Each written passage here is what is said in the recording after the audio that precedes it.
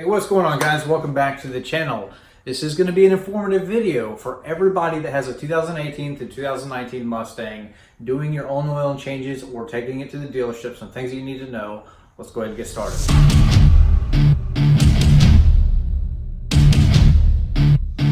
All right, so right off the bat, 10 quarts, 10, not 8, 10. You need to make sure that your dealerships are putting 10 quarts of oil into your 2018-19 Mustang. That is the oil capacity that these guys need. You guys know that, but if you don't, now you do. 10 quarts. All right, the cap calls for a 5W20, but I'm going to go with a 5W30. Pennzoil, full synthetic. And the reason why is because I drive my car hard on the streets, and we're going to probably do some track stuff coming up. In your owner's manual for track use, it does call for 5W30. I've asked a lot of questions on the internet, and a lot of you guys that are watching, what do you guys recommend? Because of course we do not want to run into any kind of like weird engine tick issues. I don't have them yet in the 2019, but we want to stay away from that. So I've got 3,700 miles on the car, no issues yet again, but we're going to prevent that. So let's break down what this oil is, why I'm going with a 530.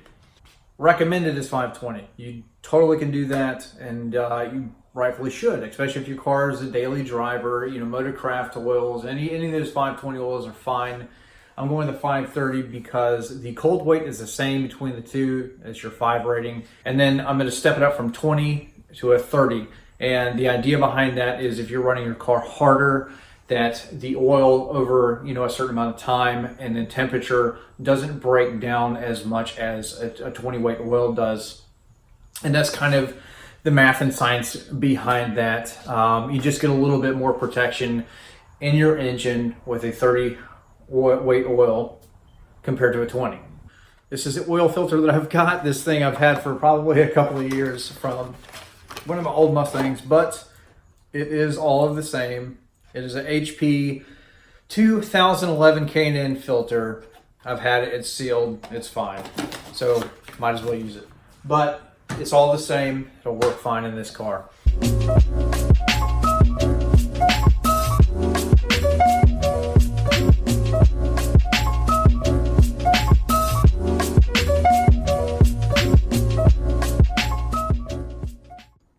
All right, guys. With the car safely in the air on jack stands, put your e-brake on, chock blocks if you got them, make sure that you're being safe. We're going to crawl underneath the car and drain some engine oil. All right, before we get started, so one of the biggest questions that I get from people is, do the 2019 still have engine tick issues? And the answer really is you need to understand the difference between an engine tick like piston slap and what a normal DI engine sounds like.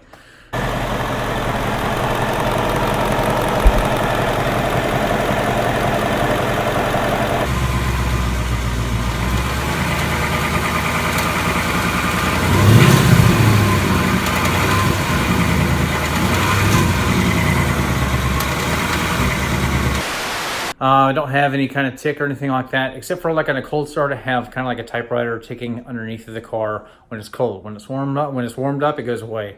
So I've got another video where I kind of cover the tick and stuff like that. I'll link it above, but it is what it is. There are some issues out there, but I don't have any right now.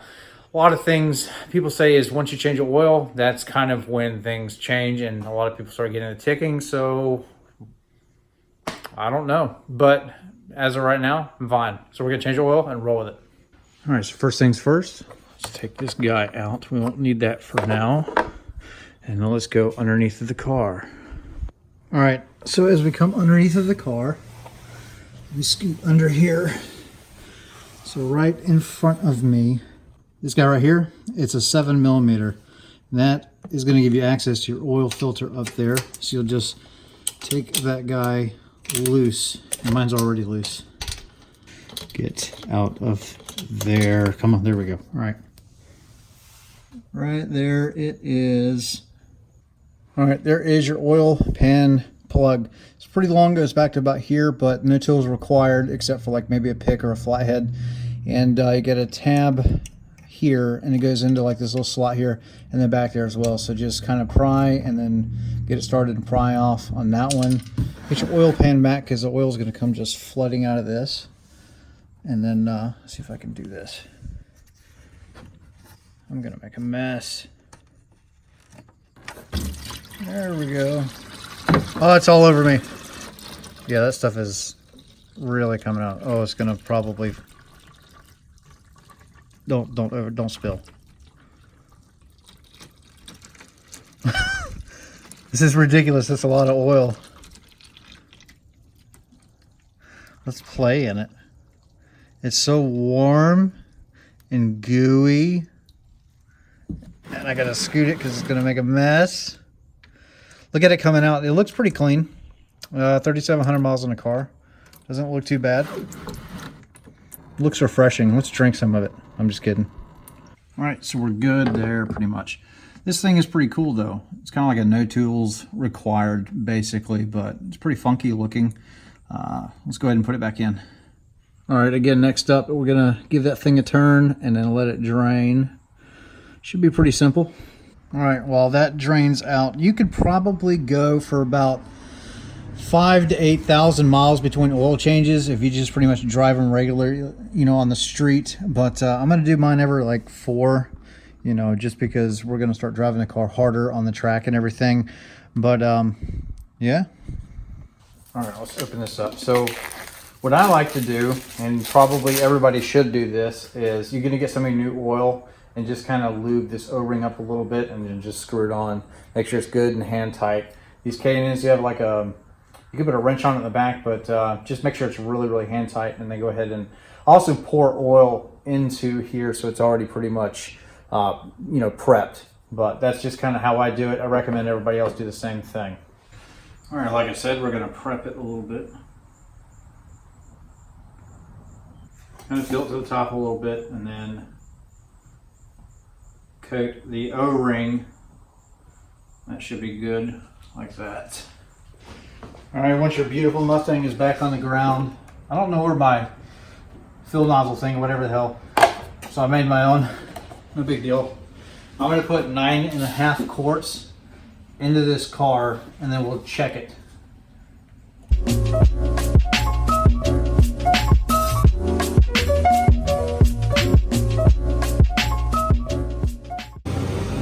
All right, we got 9.5 in it. Of course, people are gonna cut the grass and ruin this video. I apologize, but let that settle for a minute and then we'll check it on the dipstick. We're good to go right in the middle. Perfect.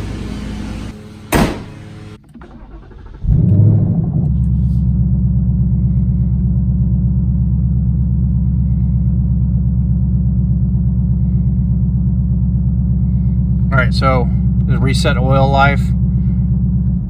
Hold OK. And that's it. Now we are at 100. All right, guys, short and sweet video how to on changing your engine oil. Kind of some hints if you've never done it before yourself on your 2018 to 2019 Mustang GT. I'm going with a 530 again, just to have a little bit more protection in the engine whenever we're driving the car really hard. The owner's manual does recommend it for track use and heavy use of the car, which we're about to get into, so why not? You know, it's certainly better than a 520, you know, driving the car, you know, in kind of an extreme way, you know, outside of what you would normally do on the street, since we're going to have some track stuff coming up. So we just have a little bit more protection. You still have that 5 rating for cold, so even when it gets cold here in the winter, no big deal. It's going to act the same as a 520, but the difference is that 20 bumping up to a 30 rating. When the car is running at, I think it's 100 degrees Celsius or whatever it is, the normal operating temperatures for, you know, modern engines, the 30 is not going to break down as much as a 20. So 20 might drop in viscosity down to a 10. And the 30 down to a 20 if I'm getting that right. But anyway, it's certainly a less weight than, you know, like a 540 and up, but 530 I think for aggressive street driving and some light track stuff is going to be more than enough. A little bit extra protection. We have 10 quarts in the car right now. Well, I added 9.5, so The oil level is perfect. We're going to keep it. We're going to run the car. And anyway, I don't have any engine tick right now. So, you know, we're just going to drive the car like we stole it, basically, like it was meant to be driven, and then worry about that stuff on a different day. But again, you know, engine tick, some guys actually have serious problems with their Mustangs, getting engines replaced, so on and so forth. But there is a difference you guys need to really understand between an engine tick and like a normal direct injection engine. So the way that kind of works is a DI engine is going to have a constant tick on the top of the engine. You hear it.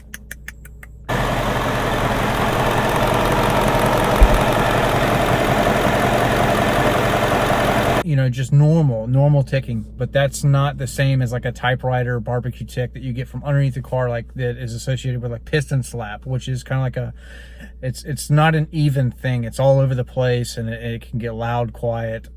I'll put a clip in here so you guys can kind of judge for yourself, but my car doesn't have this right now, so I'm not going to worry about it. We're just going to drive it like it was meant to be driven again.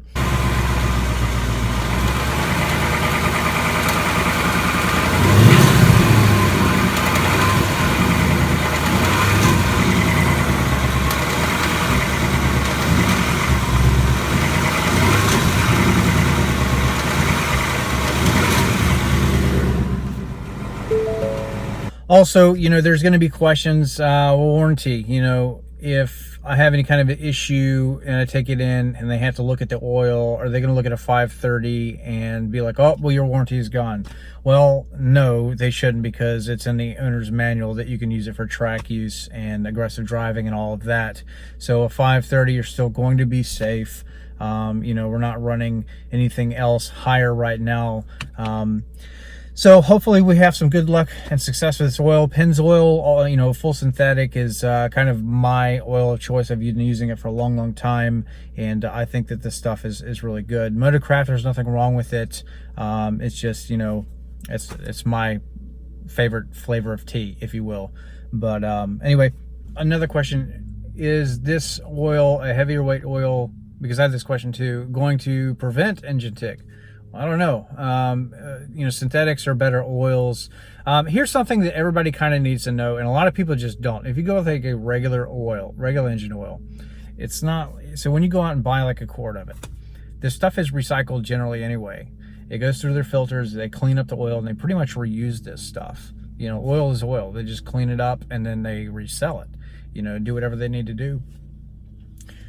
But a lot of people don't know that. They think that every time they buy a new quart of oil, you know, it's brand new. It's never been run through anybody's car or anything like that. No, they try to recycle that stuff as much as possible. They clean it up and do all of that. But a synthetic oil is new every time, whether or not that matters to you or not. You know, it's not from the earth completely. It's synthetic. It's made up. Anyway, that's pretty much as I understand it. But is it going to prevent engine tick? I don't know, but I think that it's going to leave a little bit extra protection throughout the engine, you know, with that 30 weight compared to a 20. 20 really exists for, as a read and research, for California state emissions mostly. And it's good for gas mileage. But, you know, going to a 5W30 shouldn't be, you know, too out of the norm from all of that, so it should be completely fine. But we're gonna roll with it. So again, if you found this video informative, I hope you do. I hope you found some value in it. Definitely get a thumbs up, subscribe, turn your notification bell on. Definitely really appreciate it, and I will see you guys in the next one.